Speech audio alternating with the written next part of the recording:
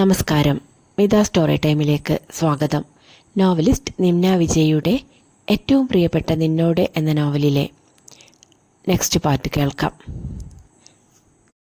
ഇതുവരെയുള്ള കുറച്ച് പാർട്ടുകൾ നമുക്ക് രാഹുലിനെ മനസ്സിലാക്കി തരുന്ന പാർട്ടുകളായിരുന്നു. അതിലുള്ള ലാസ്റ്റ് പാർട്ടാണിത്. എടാ, ഞങ്ങൾ ഇറങ്ങുവാണ്.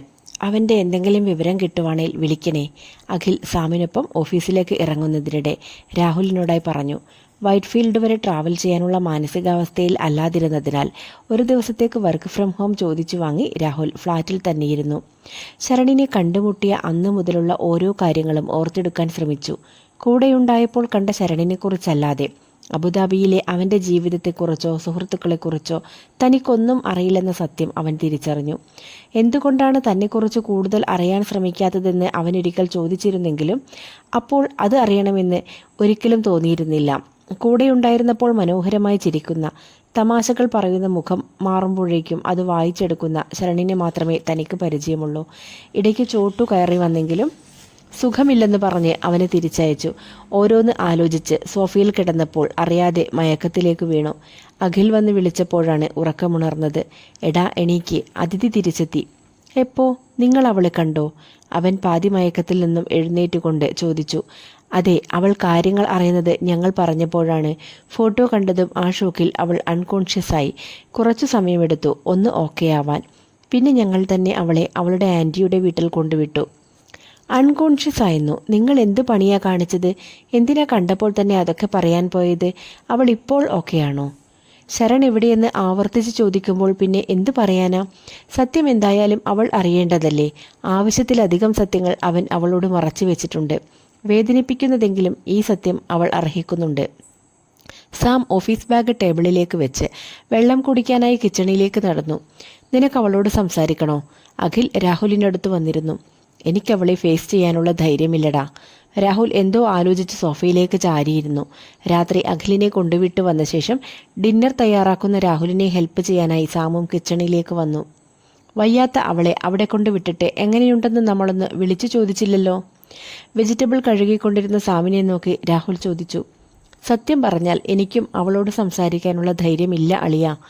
അവനെക്കുറിച്ച് നമ്മളോട് എന്തെങ്കിലും ചോദിച്ചാൽ നമ്മൾ എന്ത് മറുപടി പറയും? നമ്മളും അറിഞ്ഞുകൊണ്ടാണ് ഇതൊക്കെ ചെയ്തതെന്നല്ലേ അവൾ ചിന്തിക്കൂ. ഇത്രയും കാലം കൂടെയുണ്ടായ ഒരാൾ നമ്മളോടൊന്നും പറയാതെ ഇറങ്ങിപ്പോയി എൻഗേജ്മെന്റ് കഴിഞ്ഞു എന്നൊക്കെ പറഞ്ഞാൽ ആരെങ്കിലും വിശ്വസിക്കുമോ? സാം കഴുകിയ വെജിറ്റബിൾസ് പാത്രത്തിലേക്കിട്ടു. മറ്റാരുടെ കഥയിലെ വില്ലനായാലും അവളുടെ ജീവിതത്തിൽ ആ വേഷം അണിയാൻ എനിക്ക് വയ്യ. നമ്മൾ അത്രയും സ്നേഹിക്കുന്ന ഒരാൾ അത് മനസ്സിലാക്കിയില്ലെങ്കിലും പ്രശ്നമില്ല.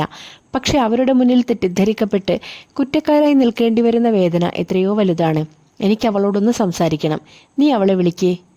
സാം കുറച്ചുനേരം ആലോചിച്ച ശേഷം ഫോൺ എടുത്ത് അതിഥിയുടെ നമ്പർ ഡയൽ ചെയ്തു. പക്ഷെ അതിഥിക്ക് പകരം കോൾ എടുത്തത് ശാലുവാണെന്ന് സാമിൻ്റെ സംസാരത്തിൽ നിന്നും രാഹുലിന് വ്യക്തമായി. സാമിൻ്റെ മുഖത്തുണ്ടായ ഭാവമാറ്റം കണ്ടപ്പോൾ അരുതാത്തതെന്തോ സംഭവിച്ചെന്ന് അവന് മനസ്സിലായി.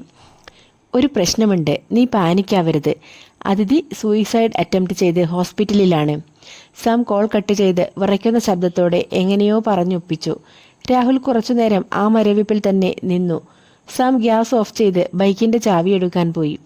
രാഹുൽ നടന്ന് സോഫയിൽ വന്നിരുന്നു. അവന് തല കറങ്ങുന്ന പോലെ തോന്നി. രാഹുലിന്റെ ജാക്കറ്റുമായി വന്ന സാം അവനെ ഒന്ന് ഓക്കെ ആക്കിയ ശേഷം ഹോസ്പിറ്റലിലേക്ക് തിരിച്ചു.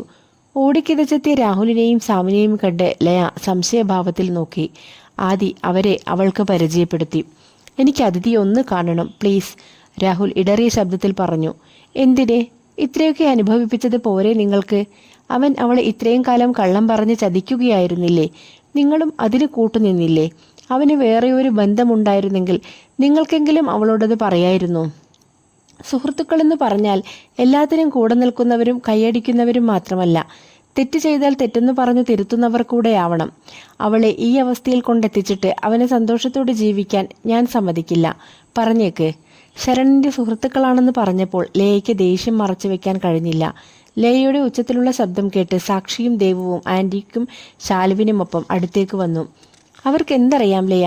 അവൻ അങ്ങനെ ചെയ്തതിന് ഇവർ എന്ത് പിഴച്ചു? ആദി അവളെ സമാധാനിപ്പിക്കാൻ ശ്രമിച്ചു. പറഞ്ഞത് ശരിയാ, എല്ലാം എൻ്റെ തെറ്റാ, എൻ്റെ സ്വാർത്ഥതയാ. അന്നേ ആ ഡയറി അവൾക്ക് തിരിച്ചു കൊടുത്തിരുന്നുവെങ്കിൽ ഒരിക്കലും അവർ തമ്മിൽ പരിചയപ്പെടില്ലായിരുന്നു. ജീവിതമെടുത്ത് അവൾ ഈ ഹോസ്പിറ്റൽ വരെ എത്തില്ലായിരുന്നു. പരിസരം മറന്ന് ഓരോന്ന് പറഞ്ഞുകൊണ്ടിരുന്ന രാഹുലിനെ സ്ഥിതി വഷളാവുമെന്ന് തോന്നിയപ്പോൾ സാം പിടിച്ചു വലിച്ച് അവിടുന്ന് പുറത്തേക്ക് കൊണ്ടുവന്നു. എടാ വാ, നമുക്ക് പോകാം. ഞാൻ പറഞ്ഞതല്ലേ ഇവരുടെ മുൻപിൽ നമ്മളും ശരണിനെ പോലെ തെറ്റുകാർ തന്നെയാവുമെന്ന്. എല്ലാത്തിനും വളരെ ഇമോഷണലായി നിൽക്കുന്ന ഒരവസ്ഥയാണ്. നമ്മളിപ്പോൾ എന്ത് പറഞ്ഞാലും അവർക്ക് മനസ്സിലാവണമെന്നില്ല. അതിഥി ഓക്കെ ആയിട്ട് നമുക്ക് അവളെ വന്നു കാണാം. തൽക്കാലം നീ വാ.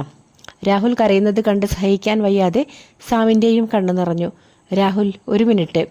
വരാന്തയിലൂടെ പുറത്തേക്ക് നടന്നുകൊണ്ടിരുന്ന അവരെ ലയ പിറകിൽ നിന്നും വിളിച്ചു.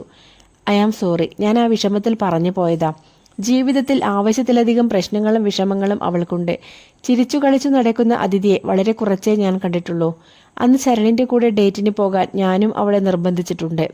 പക്ഷെ ഒരിക്കലും അതിങ്ങനെയെല്ലാം ആയിത്തീരുമെന്ന് ഞാനും കരുതിയില്ല.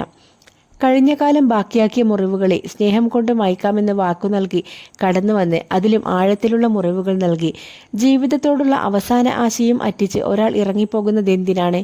എനിക്ക് എത്ര ശ്രമിച്ചിട്ടും അവനെ മനസ്സിലാവുന്നേയില്ല. പക്ഷെ ഈ രാത്രി അതിഥിയെ തേടി നിങ്ങൾ ഇവിടെ വരെ വന്നത് അതിഥിയും ശരണും തമ്മിലുള്ള ബന്ധത്തിന്റെ പുറത്തല്ല എന്നെനിക്ക് നന്നായി അറിയാം. ദയവ് ചെയ്ത് എന്നോട് സത്യം പറയണം. അതിഥി നിങ്ങൾക്കാരാണ്? അവളോട് നടന്നതെല്ലാം പറയുകയല്ലാതെ വേറെ വഴിയില്ലെന്ന് അവർക്ക് മനസ്സിലായി. ഇഷ്ടമില്ലായ്മ കൊണ്ട് ബന്ധങ്ങളിൽ നിന്നും ഇറങ്ങി വരുന്നവരെ ലയയ്ക്ക് ഒരുപക്ഷെ പരിചയം കാണൂ. പക്ഷെ അവളോടുള്ള ഇഷ്ടക്കൂടുതൽ കൊണ്ട് അവളെ വേണ്ടെന്ന് വെച്ചവനാ ഇവൻ. ശരിയാണ്, ശരൺ അവളോട് ചെയ്തത് വലിയ ചതി തന്നെയാണ്. പക്ഷെ അവളെപ്പോലെ തന്നെ ഉത്തരമില്ലാത്ത 1000 ചോദ്യങ്ങളുമായി അവൻ്റെ വരവും കാത്തിരിക്കുന്നവർ തന്നെയാണ് ഞങ്ങളും. ലയ കാര്യം മനസ്സിലാവാതെ അവരെ രണ്ടുപേരെയും മാറി മാറി നോക്കി. സാം രാഹുൽ അതിഥിയെ കണ്ട അന്നു മുതൽ നടന്ന കാര്യങ്ങളെല്ലാം അവളോട് വിശദീകരിച്ചു. സാം ഇപ്പോൾ പറഞ്ഞ പോലെ അവളുടെ നല്ലതിനു വേണ്ടിയാണ് നീ ഇത്രയും ചെയ്തതെന്ന് ഞാൻ വിശ്വസിക്കുന്നില്ല. നിന്റെ സ്നേഹത്തിൽ നിനക്ക് തന്നെ വിശ്വാസമില്ലായിരുന്നു. നിനക്ക് പേടിയാണ്. എല്ലാം നൽകി ഒരാളെ സ്നേഹിച്ച് അയാളെ നഷ്ടപ്പെട്ടു കഴിഞ്ഞാൽ നിന്റെ അമ്മയെപ്പോലെ പാതി മരിച്ചു ജീവിക്കേണ്ടി വരുമോ എന്ന്. അതിഥിയെ നിന്നിൽ നിന്നും മാറ്റി നിർത്തിയത് നിനക്കവളോടുള്ള സ്നേഹമല്ല, സ്നേഹിക്കാൻ പേടിക്കുന്ന നിന്റെ മനസ്സാണ്. സാം കാര്യങ്ങൾ മുഴുവൻ പറഞ്ഞു കഴിഞ്ഞപ്പോൾ ലയ രാഹുലിനെ നോക്കി പറഞ്ഞു. അതെന്തായാലും അതിനി ഇവിടെ പ്രസക്തിയില്ലല്ലോ. എനിക്ക് അവളൊന്ന് റിക്കവറായി കണ്ടാൽ മാത്രം മതി. ഞാനെന്തായാലും അവളൊന്ന് ഓക്കെയാവുന്ന വരെ ഇവിടെ കാണും.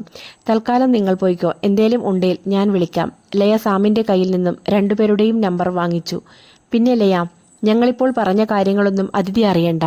അവൾ ഓർക്കാൻ ഇഷ്ടപ്പെടുന്നില്ലെങ്കിൽ ശരണിൻ്റെ ഓർമ്മ നൽകുന്നതൊന്നും അവളുടെ ജീവിതത്തിൽ ഇനി ഉണ്ടാവേണ്ട. അല്ലെങ്കിലും എപ്പോഴോ ഒരിക്കൽ സംസാരിച്ചു തുടങ്ങി പൂർത്തിയാക്കാൻ കഴിയാതെ പോയ മിനിറ്റുകൾ മാത്രം ദൈർഘ്യമുള്ള ഒരു സംഭാഷണത്തിനപ്പുറം ഓർത്തുവയ്ക്കാൻ മാത്രം നല്ലൊരു ഓർമ്മയും ഞാൻ അവൾക്ക് നൽകിയിട്ടുമില്ല. പുള്ളി ഒരു പ്രണയകാലത്തിൻ്റെ ഓർമ്മപ്പെടുത്തലുമായി ഞാൻ ഒരിക്കലും അവളുടെ ജീവിതത്തിൽ ഇനി കടന്നു വരില്ല. അവളെക്കുറിച്ച് അറിയാൻ വേണ്ടി ഞാൻ തന്നെ ഒന്ന് വിളിച്ചോട്ടെ. രാഹുൽ പ്രതീക്ഷയോടെ ലയയെ നോക്കി. ശരി, പക്ഷെ എനിക്ക് വേണ്ടി നിങ്ങളൊരു കാര്യം ചെയ്തു തരണം. ഒരു പക്ഷേ ഉറക്കം എഴുന്നേൽക്കുന്ന അതിഥിക്ക് അവൻ അവളെ ഉപേക്ഷിച്ചു പോയതിൻ്റെ കാരണം അറിയണമെന്നുണ്ടാവില്ല. പക്ഷെ എനിക്കതറിയണം. അവനെ എന്തെങ്കിലും കാണുകയാണെങ്കിൽ എനിക്ക് വേണ്ടി നിങ്ങൾ ആ കാരണം ചോദിക്കണം. അതിഥിയുടെ കാര്യങ്ങൾ അറിയിക്കാമെന്ന് വാക്ക് നൽകി ലയ തിരിച്ചു നടന്നു. അളിയ, ഈ അവസരത്തിൽ പറയാൻ പാടുള്ളതാണോ എന്നറിയില്ല. പക്ഷേ ഒരുപാട് ഭാഗ്യം ചെയ്ത പെൺകുട്ടിയാണ് അതിഥി. അവളുടെ കണ്ണ് നിറയുമ്പോൾ ഉള്ളുനീറുന്ന ഓടിയെത്തുന്ന ഒരു സുഹൃത്തുണ്ടാവുകയെന്നതിൽ പരം ഭാഗ്യം എന്താണുള്ളത്? ICU ലക്ഷ്യമാക്കി നടന്ന ലയയെ കണ്ണിൽ നിന്ന് മായുന്നവരെ അവർ നോക്കി നിന്നു. പിന്നീട് ശരണിനെ കോൺടാക്ട് ചെയ്യാൻ അവരാരും ശ്രമിച്ചതേയില്ല.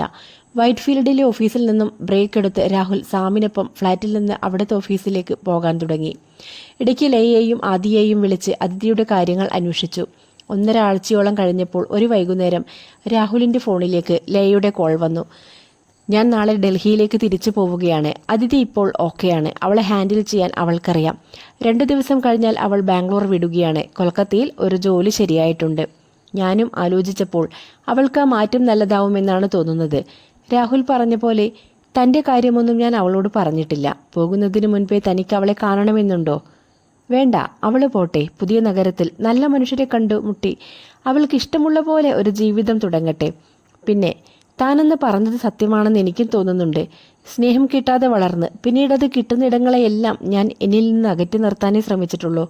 എൻ്റെ കുട്ടിക്കാലം എനിക്ക് നൽകിയ ട്രോമകളിൽ നിന്നും മുന്നോട്ട് നടക്കാൻ ഞാൻ ഇതുവരെ പഠിച്ചിട്ടില്ല. എന്തിനാ വെറുതെ അതിലേക്ക് അവളെ കൂടി ഇനി വലിച്ചഴിക്കുന്നത്?